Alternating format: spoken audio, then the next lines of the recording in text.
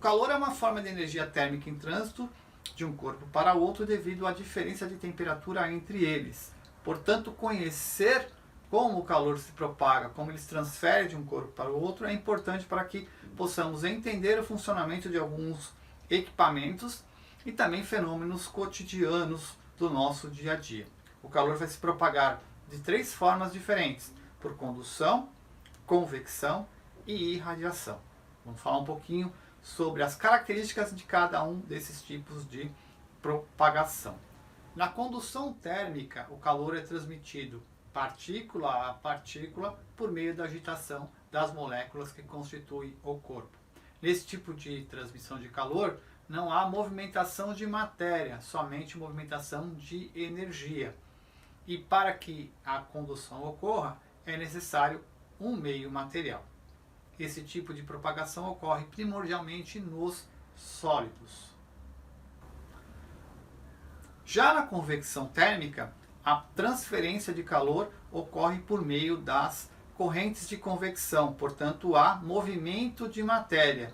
Nesse caso, essa forma de propagação de calor ocorre somente nos fluidos, nos gases e nos líquidos, porque eu preciso dessa movimentação de matéria. Um exemplo de aplicação da convecção térmica é a geladeira comum, que mantém o refrigerador na parte superior. As prateleiras são vazadas de modo que haja uma convecção no interior da geladeira, ou seja, o ar quente sobe, é resfriado pelo congelador, o ar frio desce e essas correntes de convecção mantêm a temperatura da geladeira constante e os alimentos conservados e resfriados. Na irradiação térmica, o calor é transferido por meio das ondas eletromagnéticas, ondas de calor que podem ser transmitidas, inclusive no vácuo, ou seja, não há necessidade de meio material para a propagação dessas ondas de calor. A garrafa térmica é um recipiente que mantém no seu interior um líquido a uma temperatura constante. Para isso, a garrafa precisa evitar os 3 processos, os 3 tipos de propagação de calor. Portanto, ela é constituída de um vaso de vidro espelhado por dentro e por fora para evitar transferência de calor por irradiação. Além disso, entre a parte externa e a parte interna é mantido um vácuo, ou pelo menos uma camada de ar, de forma a impedir a transmissão de calor por condução, já que a transmissão de calor por condução necessita de matéria, de ser transferida de uma partícula a partícula. Eu mantendo essas 2 partes externa e externa separadas, eu evito a propagação de calor por condução. Por outro lado, manter a garrafa bem fechada evita a propagação de calor por convecção, uma vez que eu necessito para a convecção do movimento de matéria, e isso não acontece enquanto a garrafa estiver fechada. Ok? Bom, então essa foi a nossa breve conversa sobre os processos de propagação e transmissão do calor. Faltou a gente falar um pouquinho sobre as aplicações desse conteúdo nos contextos de exercícios. Então, vem comigo que a gente vai fazer isso agora lá no quadro. Bora lá? Nosso primeiro exemplo: uma pessoa retira da geladeira uma garrafa plástica e um recipiente de alumínio, ambos contendo água, após ficarem ao mesmo tempo no interior da geladeira, né? Então, ela tem a sensação de que o alumínio está mais frio do que o plástico, ok? Uma sensação térmica aí de que um está mais frio que o outro. Bom, o que pode se dizer sobre esse problema? A temperatura do recipiente de alumínio é igual, já que os dois permaneceram lá dentro da geladeira durante o mesmo tempo. Então espera-se que estejam em equilíbrio térmico no interior da geladeira. Então a temperatura do recipiente de alumínio é igual à temperatura da garrafa plástica, e as sensações térmicas são diferentes porque o alumínio é um bom condutor, ele é melhor condutor de calor do que o plástico. Tá aqui a nossa resposta C. O alumínio é melhor condutor de calor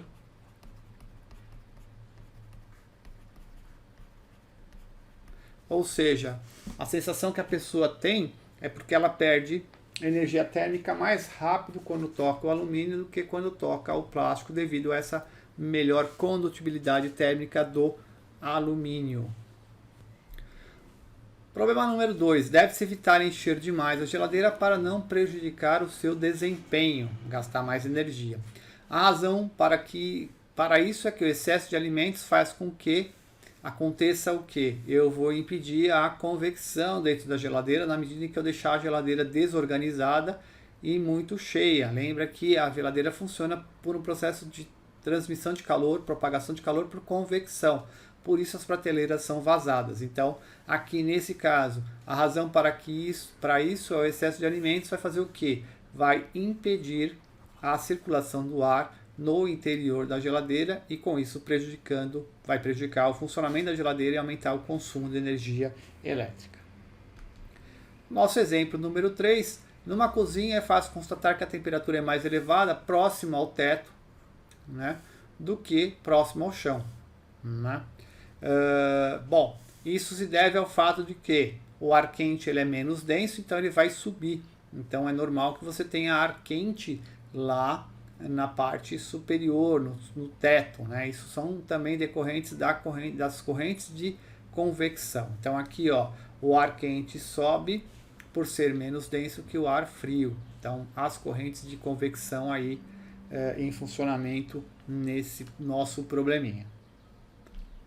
E aqui, finalmente, para a gente fazer um resumo, né, de tudo que a gente falou nessa aula. Então, a propagação do calor pode acontecer devido a 3 processos diferentes. E aqui eu tenho uma panela ao fogo com água. O que está acontecendo aqui no 1, no interior da panela? No 1 eu estou tendo uma propagação de calor, uma transferência de calor por convecção. As correntes de convecção. O 2, aqui ao lado da panela. Que tipo de propagação de calor eu tenho? Eu tenho irradiação aqui no 2 e no 5 também, ao lado da panela, né? O 3 é em cima da panela. Em cima da panela eu percebo o ar quente subindo, então são as correntes de convecção. O 3, convecção também.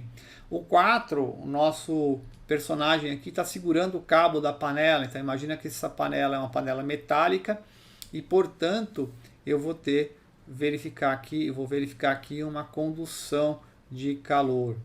E como foi dito anteriormente, o 5, a irradiação. Ao lado da panela eu sinto a irradiação do calor. Percebam a diferença do 3 para o 5. No 3 eu estou em cima da panela aqui, portanto, predomina a propagação de calor por correntes de convecção.